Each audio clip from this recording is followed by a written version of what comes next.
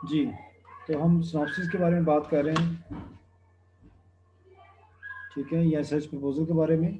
और इसमें बेटा जो हमने अभी तक टॉपिक आइडेंटिफाई किए हैं सब ने, उसको इस फॉर्मेट में लिख के लेके आना है। तो एक तो आप लिखें अपना नेम ऑफ़ यूनिवर्सिटी लिखें, सबसे ऊपर यूनिवर्सिटी इलामा इकबाल यूनिवर्सिटी लिखें, अपना रोल नंबर लिखें, नेम लिखें अपना, ठीक है, फिर मेरा नाम लिखें बेशक, और उसके नीचे फिर टॉपिक लिखें, जो आप टॉपिक बेसिकली जो आपने फाइनलाइज किया हुआ है एज इट इज़, इसको यहाँ पे मेंशन करते हैं। और उसके नीचे जो है ना, आप इंट्रोडक्शन लिखें 1 से 2 पेजेस पैसेज का, यानी मैक्सिमम उसमें आप 2 पैसेज यूज़ कर लें।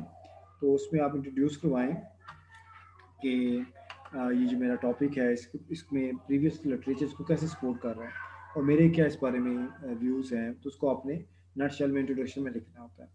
तो उसके बाद फिर आप अपना स्टेटमेंट ऑफ प्रॉब्लम लिखेंगे।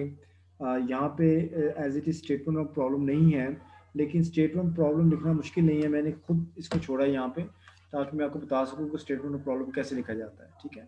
तो स्टेटमेंट ऑफ प्रॉब्लम लिखने के लिए हम क्या करते हैं कि पहले तो हेडिंग देंगे स्टेटमेंट ऑफ प्रॉब्लम, ठीक है, और उसके बाद इसको हम बोल्ड कर रहा हूँ मैं, और यहाँ पे लिखेंगे द प्रेजेंट स्टडी, क्या लिखेंगे, the present study is aim to find out, फिर जो भी आपका टॉपिक है अभी वो इसको ऐसे ही जो है ना वो हम लिख देंगे, ये जो भी आपको टॉपिक आपने फाइनलाइज किया हुआ है ना, उसको वो फॉर्म में हम आगे लिख देंगे, ठीक है।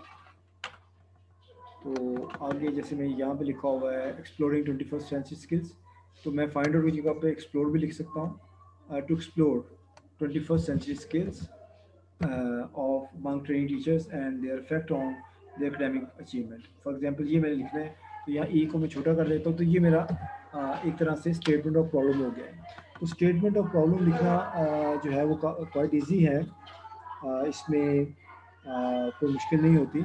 आपने एक स्टेटमेंट भी बनानी होती है, और उसका बनाने का तरीका ये होता है द प्रेजेंट स्टडी, आगे इज लिखेंगे, आगे एम लिखेंगे और टू लिखेंगे। The present study is aim to, आगे जो भी आपने करना है, वो जो आपको टॉपिक है वो खुद ही आपको बता रहा होता है। आपने इन्वेस्टिगेट करना है, आपने रिलेशनशिप डिटरमाइन करना है, आपने एक्सप्लोर करना है, आपने स्टडी करना है, तो जो भी आपने यहाँ पे एक्शन वर्ड यूज़ करना है वो आप कर सकते हैं, ठीक है। तो उस तरह से आपको स्टेटमेंट में प्रॉब्लम बन जाता है। और उसके बाद इसी प्रॉब्लम से रिलेटेड जो आपके वेरिएबल्स होते हैं उन्हीं को हम कहते हैं कि हमारे ऑब्जेक्टिव स्टडी कौन से हैं। The following objective study, number 1 to study acquisition of 21st century skills among training teachers. तो ऐसे आपका यहाँ पे आपको वेरिएबल का नाम आ जाएगा कि जो आप वेरिएबल जिसको आप स्टडी कर रहे हैं उसको आप यहाँ पे लिखेंगे टू स्टडी, जो भी आपका है वो एक्विजिशन ऑफ, जो भी आप इसमें जो हमारे सब थीम्स हैं वो आपका सब कंस्ट्रक्ट है, जो भी अपनी 1 या 2 थीम्स रखी हैं उसको अलग अलग रख लें। और उसका एक ख़ास क्लास में आप कर रहे हैं, तो बता दें एट 5th ग्रेड आप या 8th ग्रेड या 10th ग्रेड लिखते हैं, जिस लेवल पे भी आप कर रहे हैं, ठीक है। और आपके यहाँ पे ऑब्जेक्टिव जो है ना बेटा 1 से 2 होंगे, ज़्यादा नहीं होंगे, ये भी मैं आपको गाइड करता हूँ। अगर आपके 2 वेरिएबल्स हैं तो आप दो का एक, एक का एक बना लें, दूसरे का दूसरा बना लें, इसको हम इन्वेस्टिगेट कर रहे हैं, इसको स्टडी कर रहे हैं, एक्सप्लोर कर रहे हैं। और फिर अगर उनका रिलेशनशिप है या फैक्ट है तीसरा, उसके बारे में बता रहे हैं, find out the fact of this on that. 2 variables maximum आपके, दो यहाँ पे मैं फिर कह रहा हूँ, मैक्सिमम आपके 2 ही वेरिएबल यहाँ पे बने, ऑब्जेक्टिव स्टडी ऑब्जेक्टिव्स बनेंगे। तो वो आप इसी तरह से लिखेंगे, टू फाइंड आउट और टू स्टडी और टू एक्सप्लोर और टू एनालाइज भी कह सकते हैं, लेकिन एनालाइज आप ना यूज़ करें, बड़ी टर्म है। तो आप यहाँ पे बेसिक लेवल पे जो आपके ऑब्जेक्टिव्स हैं उन्हीं को रखें, तो उसी को इन्वेस्टिगेट कर लें, स्टडी कर लें, इस तरह से एक्सप्लोर कर लें, इन्हीं को आप फाइंड आउट कर लें, इन्हीं की टर्म्स को यूज़ करके ना, वर्ब्स की, इन्हीं को यूज़ करके आप यहाँ पे अपने ऑब्जेक्टिव स्टडी जो है ना फाइनल करें। अगला जो फेज़ है वो ये है कि determination of your population and sample. इसमें आप बताएं कि आपका जो पॉपुलेशन है वो क्या होगी। मसलन आप अगर 5वीं ग्रेड से डाटा ले रहे हैं, 5th क्लास से ले रहे हैं, तो आप लिखेंगे कि जो the population of the study would be comprised of all the students of 5th grade, ठीक है। इन तहसील, जिस तहसील में भी आपका आप रहते हैं, इन तहसील, तहसील लेवल तक रखिएगा, इससे बड़ा लेटर ना कीजिएगा। इन तहसील, आपको ना तहसील का नाम लिखें यहाँ पे। मसलन अगर कोई बंदा यहाँ से है अपना, अब मुझे नहीं पता इस वक्त आपको किन किन एरिया से हैं, definitely you are from different provinces and different sort of districts. तो आप अपनी तहसील, जिस तहसील में बेटा आप रहते हैं उस तहसील का नाम लिख लीजिएगा, बस वही काफ़ी है। हमें बहुत बड़े लेवल पे इसको जनरलाइज नहीं करना, क्योंकि जो क्वालिटेटिव स्टडी होती है ये बहुत बड़े लेवल पे जनरलाइज नहीं होती, यानी इसके जो रिजल्ट्स होते हैं वो बड़े लेवल पे एक्सेप्ट नहीं होते, हमेशा छोटे लेवल पे एक्सेप्ट होते हैं, इसकी डिलिमिटेशन में आता है। और दूसरी जो बात आपने करनी है वो सैम्पल है।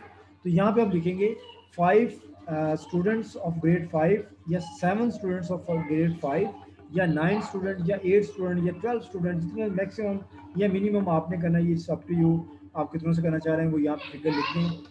और 5 स्टूडेंट्स और 10 स्टूडेंट्स और 8 students will be selected or would be selected through purposive sampling technique from public schools या public and private schools of तहसील, जो भी आपकी तहसील है, इस तरह से आप इसको लिखें। मैं फिर रिपीट कर रहा हूँ, 8 या 9 या 10 जो भी आपकी फिगर है जिससे आप डाटा लेना चाहते हैं, जिससे आसानी से मिल जाता है, students of grade 5 would be selected through purposive sampling technique from public and private या पब्लिक स्कूल या प्राइवेट स्कूल, जिस आपकी मर्जी है, दोनों करना है दोनों कर लें, एक करना है एक कर लें, no one is going to teach you कि क्या करना है, इट्स अप टू यू कि आप दोनों को मिक्स कर लें या एक कर लें, आपकी मर्जी है।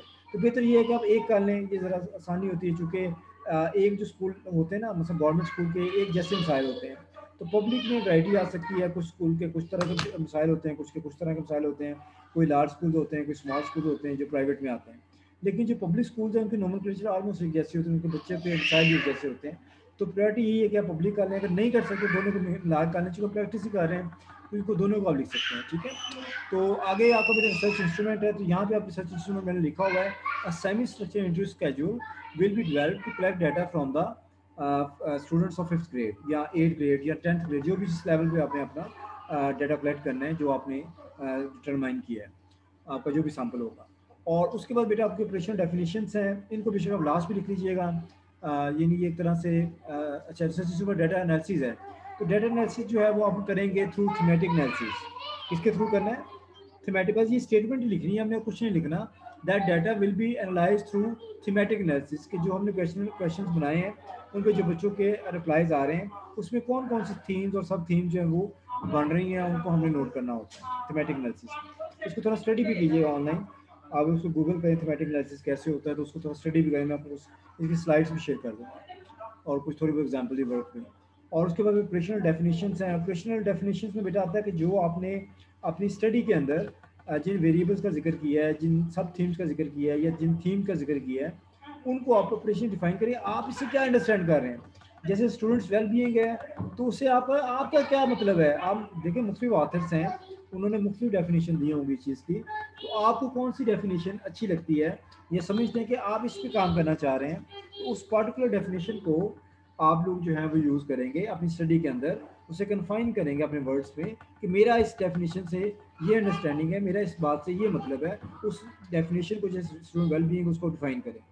ऐसे अगर आप बात करते हैं सब थीम की, और सब थीम में हमारे पास कौन कौन से सब थीम्स हैं, यहाँ पे हमारे पास बेटा जो सब थीम्स हैं उसमें अगर आप देखें ये 10 सब थीम्स हैं, उन्हीं में से कोई हो सकता है। तो सब थीम्स में आप जैसे चिल्ड्रंस अवेयरनेस है, सेल्फ एफिकेसी है, तो ये एक तरह के वेरिएबल्स हैं, तो इनको डिटरमाइन करें, अपने वर्ड्स में लिखें कि आप इस स्टूडेंट्स सेल्फ अवेयरनेस से क्या मतलब है, इससे आप क्या मतलब फिक्स कर रहे हैं वो लिखें इस पर। सेल्फ एफिकेसी से क्या मतलब है, आप इससे क्या अंडरस्टैंड कर रहे हैं वो इसकी डेफिनेशन में लिख लें।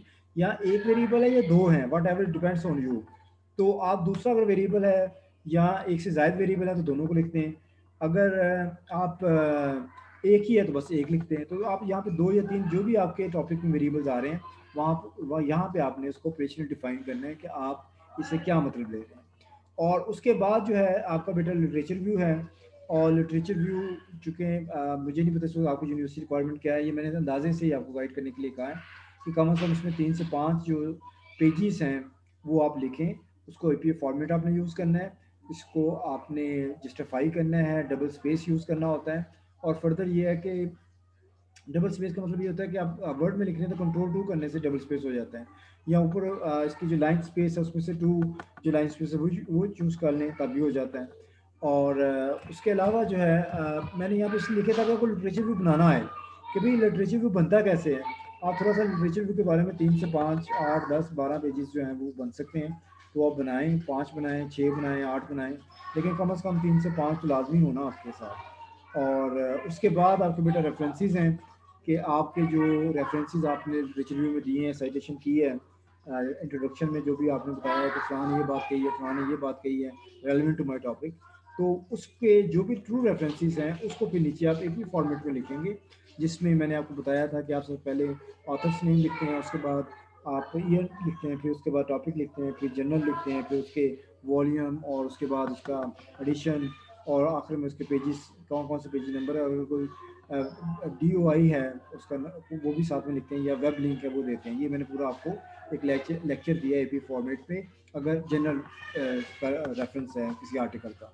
और अगर बुक रेफरेंस है उसमें फिर आप ऑथर नेम लिखें, ईयर लिखें, टॉपिक लिखें, पब्लिकेशन प्लेस लिखें, जिस कंट्री में जिस सिटी में पब्लिश हुआ है, और आगे पब्लिशर का नाम लिखें। इस तरह से ये आपका काम हो जाएगा।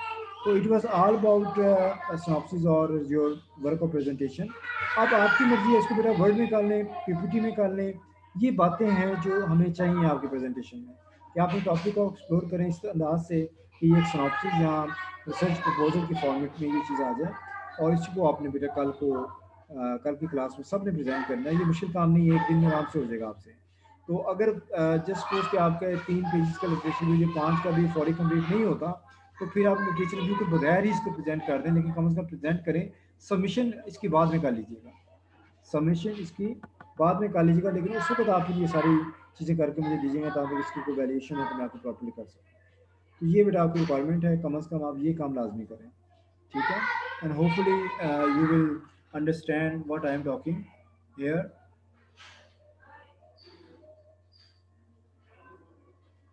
ठीक है। और जो बातें मैंने आपको गाइड की आपको समझ आ गई होंगी। जी, आपकी तरफ से बेटा क्वेश्चन है तो पूछ लें।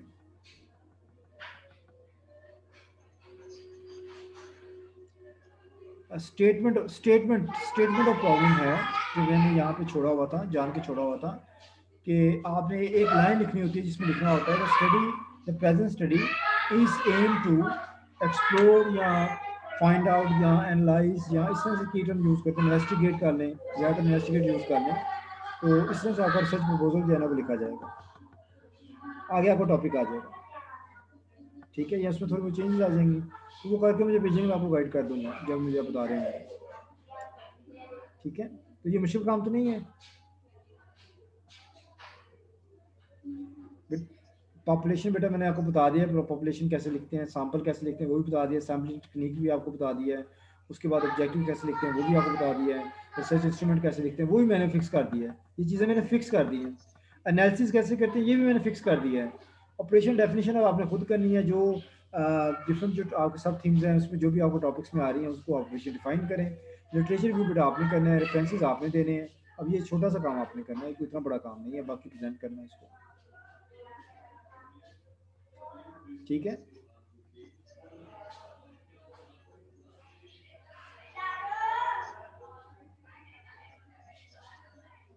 इसमें फिर आप जेटा आप मेरे साथ जो टॉपिक फाइनल करेंगे ना, उस पर फिर आपने स्टडी कंडक्ट करनी है। जैसे जैसे आपने ये डिसीजन लिए हैं ना, वैसे वैसे आपने इम्प्लीमेंट करने हैं, वैसे वैसे आपने रिसर्च टूल बनाना है अपना, इंटरव्यू स्केजुअल, और वैसे ही 5 7 8 लोगों से आपने डाटा कलेक्ट करना है, उसको फिर थीमेटिकली एनालाइज करना है। तो ये काम बाद में होंगे, लेकिन पहले नंबर पे अभी तक की जो आपकी वर्कशॉप है इसमें हमने अपना रिसर्च प्रपोजल फाइंड करना है, रिसर्च प्रपोजल हमारा फाइनलाइज कर लें, हमें क्लैरिटी हो कि हमने करना क्या है। जी, ये मैं चाह रहा हूँ कि आपको ये बात पता चल रहा है।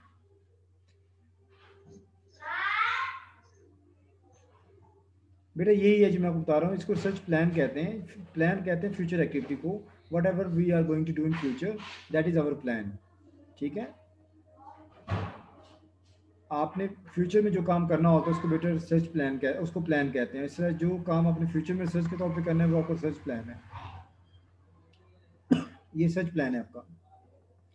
देखिए ना, आप मैं छोटी सी एग्जांपल देता हूँ बेटा, आप आपने अगर सफ़र करना हो तो आप घर में सोचते हैं ना कि भी मैं अगर मैंने सफ़र करना है, मैंने दूर जाना है, तो मैंने कौन सी बस इस्तेमाल करनी है, कितने बजे घर से निकलना है, मैं मुझे कितना टाइम लगेगा, मैं कब पहुँचूँगा।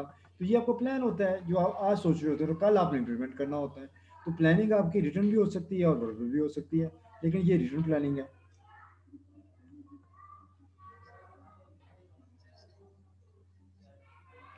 जी बेटा, मैं बता रहा हूँ कि मेरा फर्स्ट इंटरेक्शन है आप लोगों के साथ, फर्स्ट क्लास है, तो मुझे इस बारे में एग्जैक्टली नहीं पता, मैं ऐसे ही आपसे कह दूँ लेकिन होने चाहिए। मैं पूछ हाँ, मैं फीडबैक तो सारी बात दूंगा, या जैसे आपने किया है वो तो मैं दूंगा, लेकिन इसके मार्क्स के बारे में मुझे अभी तक कोई इंस्ट्रक्शंस नहीं है कि आपने इनकी जो वर्क है उनको डिस्कशन कहा हुआ है कि आप डिस्कस करें, ये लिखा हुआ है। लेकिन वैल्यूएशन के पॉइंट ऑफ व्यू से कोई मुझे प्रॉपर लेटर में तो कोई चीज़ नज़र नहीं आ रही। लेकिन मैं ऊपर सर से बात करूंगा, डॉक्टर नासिर साहब से, कि आपका जो ये वर्क है, जाहिर बात है आपके प्रोजेक्ट के तो नंबर होंगे 100, जो आपने प्रोजेक्ट कंप्लीट करके सबमिट करवाना है। और हाँ, वो बुक में लिखना है ना, वो तो आपने बड़ा लिखना है ना, ये तो प्रपोजल है। लेकिन वर्कशॉप के मार्क्स होते हैं नहीं होते हैं इस बारे में मुझे नहीं पता, क्योंकि वर्कशॉप इटसेल्फ कंपलसरी होती है, और इसकी जो एक्टिविटीज़ होती हैं वो करना लाजमी होती हैं। तो इसके जो मार्क्स हैं इसके एज इट इज़ मुझे एग्जैक्टली नहीं पता कि अभी कितने मार्क्स हैं या किस तरह से वो मार्क्स आपको मैंने असाइन करने हैं। तो एनी हाउ मैं आपके जो प्रेजेंटेशन होंगे उनके नोट्स ले लूँगा, आपके रोल नंबर्स भी नोट कर लूँगा, नेम्स भी नोट कर लूँगा, अपने चार्ट्स बना लूँगा अपनी डायरी पे। और अगर मुझसे ओपन यूनिवर्सिटी वाले कहते हैं कि आपको मार्क्स या ग्रेड साइन करें, तो वो अकॉर्डिंगली मैं कर दूँगा। ठीक है, ये हो जाएगा इंशाल्लाह।